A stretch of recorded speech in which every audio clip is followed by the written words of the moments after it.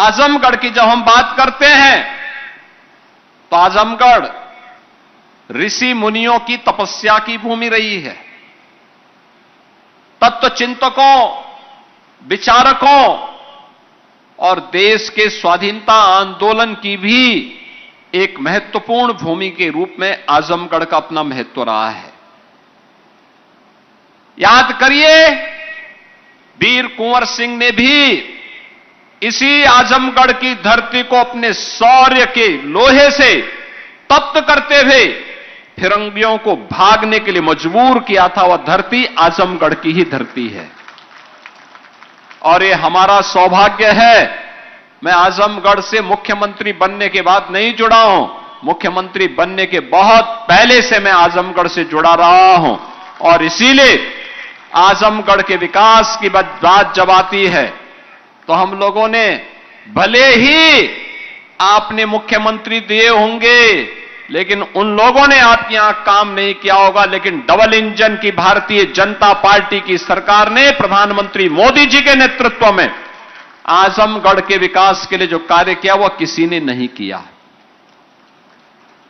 बहनों और भाइयों, मैं आजमगढ़ वासियों से ही पूछ रहा हूं कि जिन लोगों को आप चुनाव जिता करके भेजे हुए तो आजमगढ़ के लिए कुछ नहीं किए, लेकिन प्रधानमंत्री मोदी जी के नेतृत्व में, उनके मार्गदर्शन में आजमगढ़ के लिए कुछ करने का सौभाग्य किसी को प्राप्त हुआ है तो हमारी सरकार को प्राप्त हुआ है। और वह किस रूप में? पूर्वांचल एक्सप्रेसवे से यहां की कनेक्टिविटी को जोड़ने के लिए। याद करिए, आजमगढ़ से पहले लखनऊ की दूरी हो या गोरखपुर की दूरी हो या वाराणसी की दूरी हो या प्रयागराज, ये सभी दूरी तय करने में पापड़ बेलने पड़ते थे। लखनऊ जाने में 6 घंटे लगते थे, आज मात्र 2.5 से पौने 3 घंटे में आप लखनऊ जा सकते हैं। आजमगढ़ का कोई निवासी आराम से जा सकता है, पूर्वांचल एक्सप्रेसवे आपके पास है। गोरखपुर जाना है तो 1.5 घंटे से भी कम दूरी में आप गोरखपुर पहुंच जाएंगे। पहले ये दूरी तय करने में कम से कम 3 से 4 घंटे लगते थे। ऐसे ही वाराणसी और प्रयागराज की दूरी को भी कम किया है, जो इंफ्रास्ट्रक्चर डबल इंजन की सरकार ने यहां बनाया है। आप सोचिए, वोट बैंक के लिए पिछली सरकारों ने महाराज सुहेलदेव को भुला दिया था, लेकिन हमारी सरकार ने भारत माता के इस महान सपूत को, जिन्होंने 1000 वर्ष पहले भारत के शौर्य का लोहा विदेशी आक्रांताओं के सामने दिखा करके उन्हें नेस्तनाबूद किया था, ऐसे महाराज सुहेलदेव के नाम पर विश्वविद्यालय बनाने का काम भी इस आजमगढ़ की धरती में हम लोगों ने किया था। मुझे याद है, जब मेरे पास आजमगढ़ का एक प्रतिनिधि मंडल आया, उन्होंने कहा कि हम आजमगढ़ में विश्वविद्यालय चाहते हैं। मैंने कहा विश्वविद्यालय तो हम देंगे, क्योंकि मेरी इच्छा है, अयोध्या सिंह हरिओज जी की पावन धरा है, राघव ने यहां पर भारत के साहित्यिक जगत को एक नई ऊंचाई दी थी और यहां पर विश्वविद्यालय तो बनना चाहिए, हम भी चाहते हैं, हम बनाएंगे भी।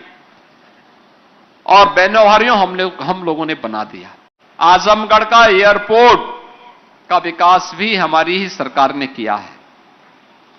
मार्गों के लिए जितना पैसा यहां के हमारे जनप्रतिनिधियों ने मुझे उपलब्ध करवाया था, हमारे प्रभारी मंत्री जी ने, दारा सिंह जी ने, रिसो जी ने, रामविलास चौहान जी ने, यहां के हमारे पूर्व विधायकों ने, पदाधिकारियों ने, उन सबको हम लोगों ने अपनी स्वीकृति दी और आज परिणाम है कि विकास के वे सभी कार्य आजमगढ़ की चारों ओर की कनेक्टिविटी, 4 लेन की कनेक्टिविटी के साथ जुड़ गया है। विकास तो हो ही रहा है, लेकिन सबसे बड़ी बात है, आजमगढ़ को उसकी पहचान भी मिल रहा है।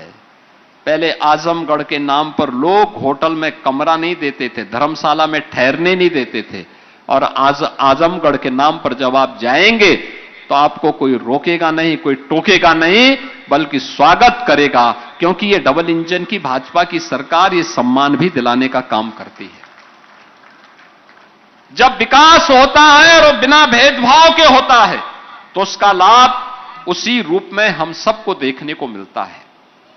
ये बाबा गोरखनाथ मिल्क प्रोड्यूसर कंपनी, ये उत्तर प्रदेश की 5वीं ऐसी कंपनी है जो महिला स्वावलंबन का एक नया आदर्श प्रस्तुत कर रहा है।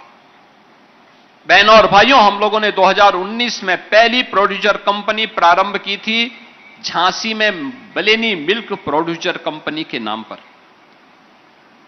आज उनके साथ 72,000 से अधिक बहनें पूरे बुंदेलखंड क्षेत्र में दुग्ध कलेक्शन का काम कर रही हैं और चीलिंग प्लांट के माध्यम से डेयरी तक दुग्ध भेजने का काम कर रही है और सैकड़ों करोड़ रुपए का उनका प्रोडक्शन चल रहा है, टर्नओवर भी है और उनका लाभ भी, उन लाभांश भी उनको प्राप्त होता है।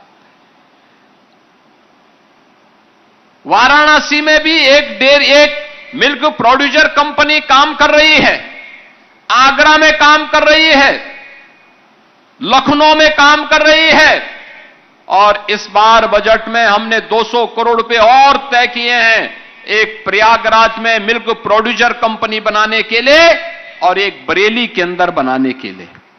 यह महिला उद्यमिता का और महिला आत्मनिर्भरता का एक आदर्श उदाहरण आज यह आप सबके सामने है। If you like this video, please share and subscribe of channel. Also don't forget press the bell icon for regular updates.